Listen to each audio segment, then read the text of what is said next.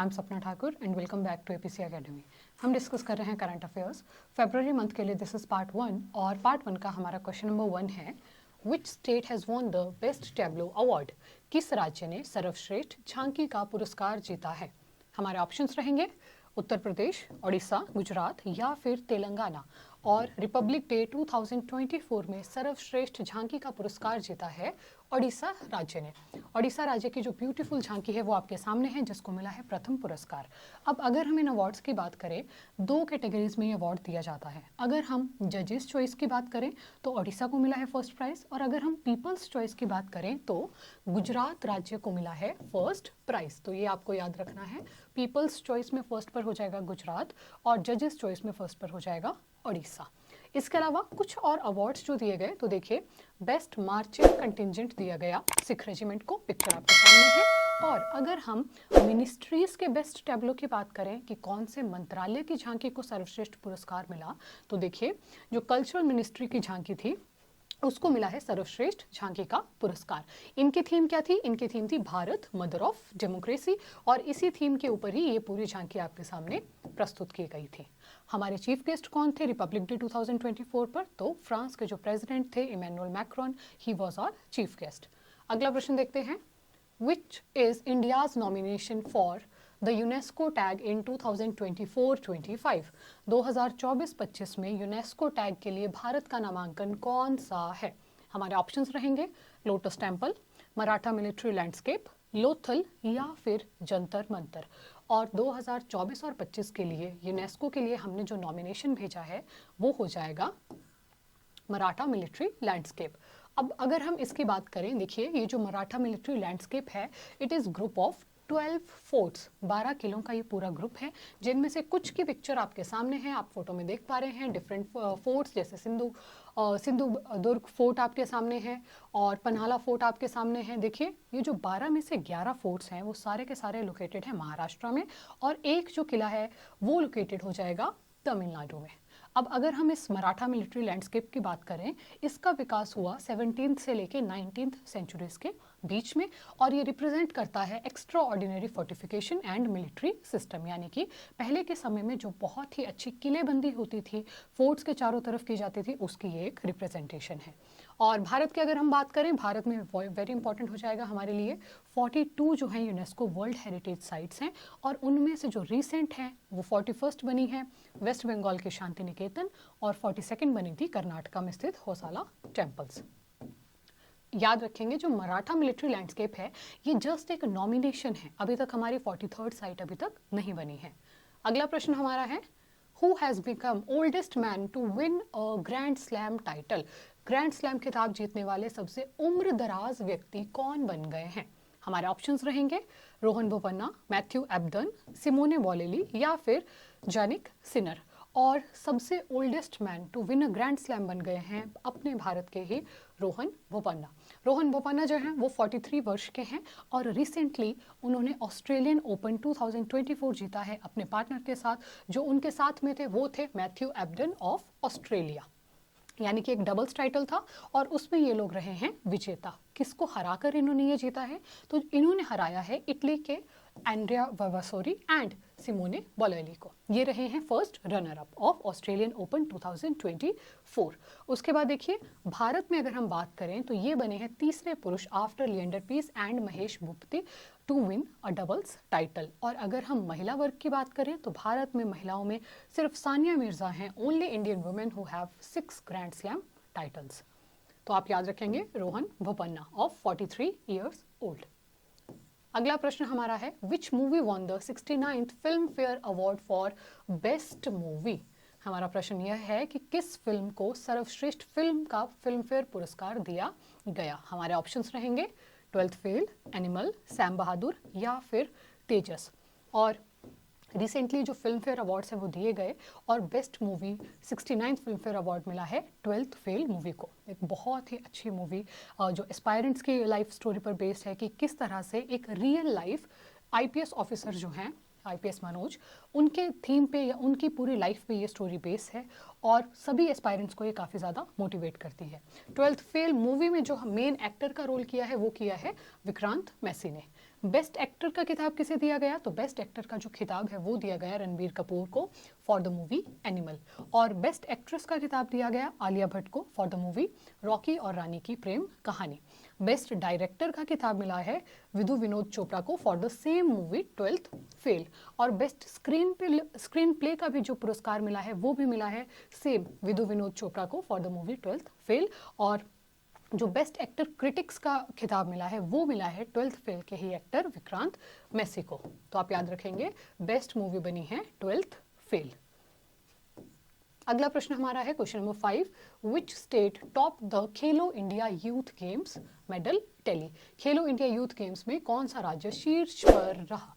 Recently जो खेलो India youth games है वो खत्म हुए और उनमें कौन सा स्टेट जो था उसने टॉप किया? हमारे ऑप्शंस रहेंगे हरियाणा, महाराष्ट्र, तमिलनाडु या फिर राजस्थान।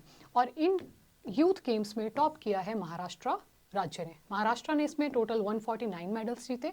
अगर हम सेकंड पे बात करें तो सेकंड पर था हरियाणा विद 103 मेडल्स, थर्ड पे था तमिलनाडु विद 91 मेडल्स। हुई कहाँ पर, कौन से राज्य में ये जो खेलो यूथ स्पोर्ट्स है वो कहाँ पर हुई? तो हमारा आंसर रहेगा तमिलनाडु में। 19 जनवरी से लेकर 31 जनवरी 2024 तक ये गेम्स जो हैं चली।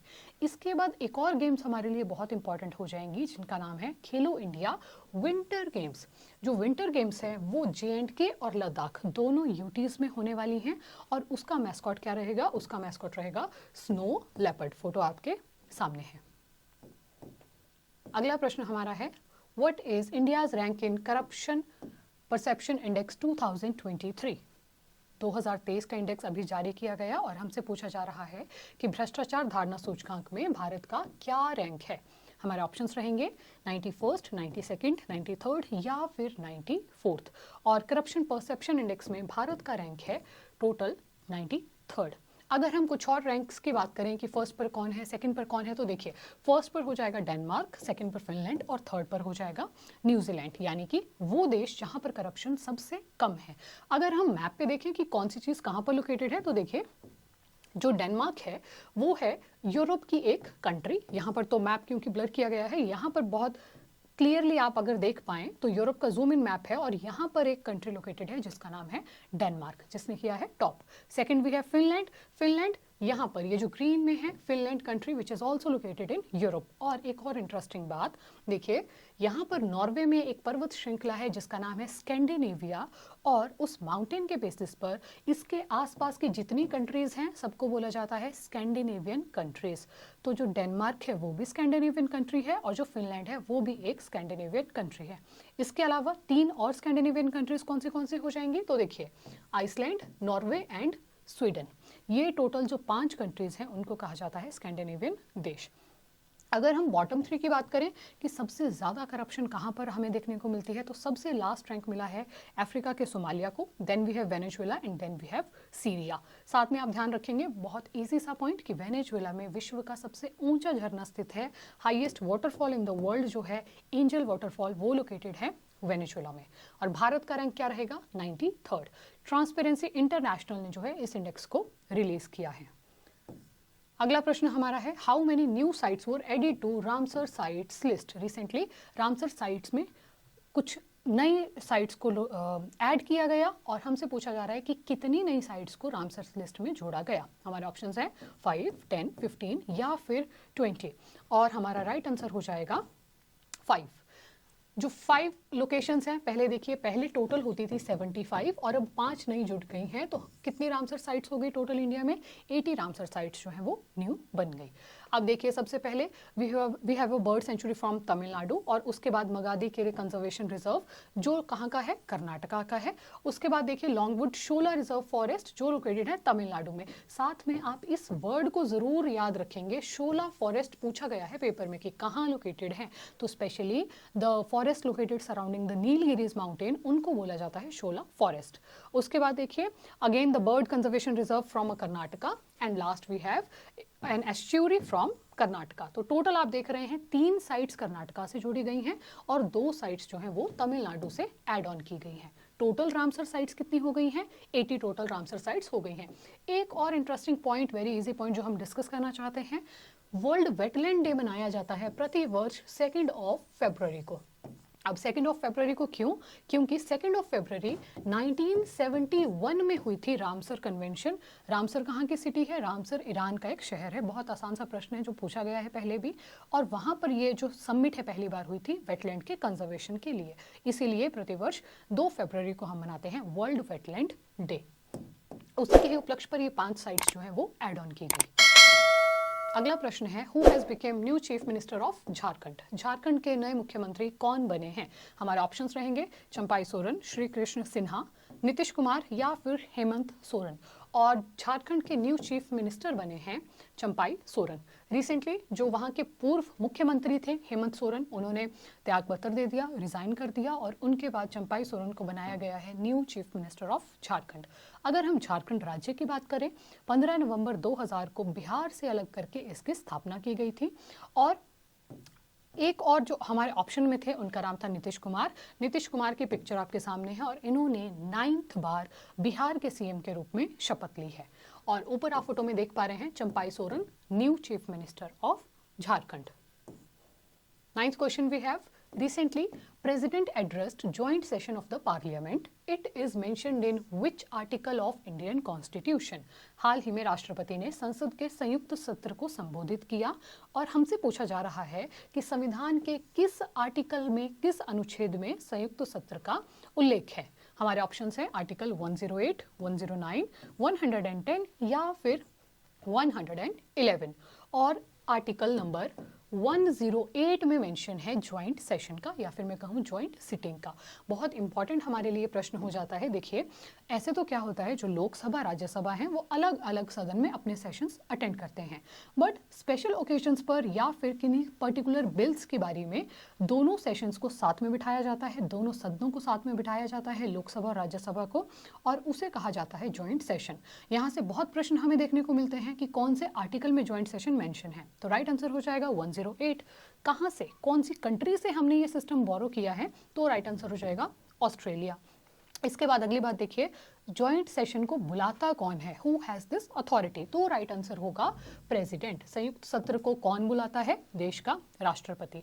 और अगला प्रश्न जो यहाँ से आता है कि ज्वाइंट सेशन की अध्यक्षता कौन करता है, उसको प्रिजाइड कौन करता है? तो जो लोकसभा स्पीकर होता है वो करता है ज्वाइंट सेशन की अध्यक्षता। फिलहाल जो ज्वाइंट सेशन है वो रिसेंटली हुआ और उसकी ओपनिंग पर, बजट के ही उपलक्ष्य में ये ज्वाइंट सेशन हुआ था और उसकी ओपनिंग पर प्रेसिडेंट द्रौपदी मुर्मू ने उस सत्र को संबोधित किया। Last line we have, interim budget was passed on 1 February 2024। वैसे तो ये होगा कि interim budget was presented on 1 February 2024। हम सभी जानते हैं पहले 1 अप्रैल को बजट जो है वो प्रेजेंट किया जाता था, बट पिछले कुछ वर्षों से 1 फरवरी को जो बजट है वो पेश किया जाता है। किसने पेश किया? हमारे वित्त मंत्री निर्मला सीतारमण जी ने। 10th question we have, which company has become second company to reach the 3 trillion market? कौन सी कंपनी ने 3 ट्रिलियन डॉलर के बाजार तक पहुंचने वाली दूसरी कंपनी बन गई है? यानी कि इससे पहले भी एक कंपनी होगी। और हमारे ऑप्शंस है एप्पल, फ्लिपकार्ट, माइक्रोसॉफ्ट या फिर टेस्ला। और इसका राइट आंसर हो जाएगा कि 3 ट्रिलियन डॉलर कंपनी कौन बनी है? तो माइक्रोसॉफ्ट। इससे पहले कौन सी थी? एप्पल। और लास्ट में देखते हैं आज की वीडियो से आपके लिए क्या क्वेश्चन रहेगा। Who has won the best actor critics award eight 69th film fair awards? कौन से एक्टर ने बेस्ट एक्टर क्रिटिक्स का खिताब जीता है? हमारे ऑप्शंस रहेंगे रणबीर कपूर, विक्रांत मैसी, विकी कौशल या फिर पंकज त्रिपाठी। जो भी है राइट आंसर आप हमें कमेंट्स में लिखकर बताएंगे। And this was all for this video. अगर आपको वीडियो अच्छी लगी हो तो चैनल को लाइक करें, शेयर करें एंड सब्सक्राइब करें। मिलते हैं बहुत जल्दी एक दूसरी वीडियो में। Thank you so much. Keep smiling, keep watching.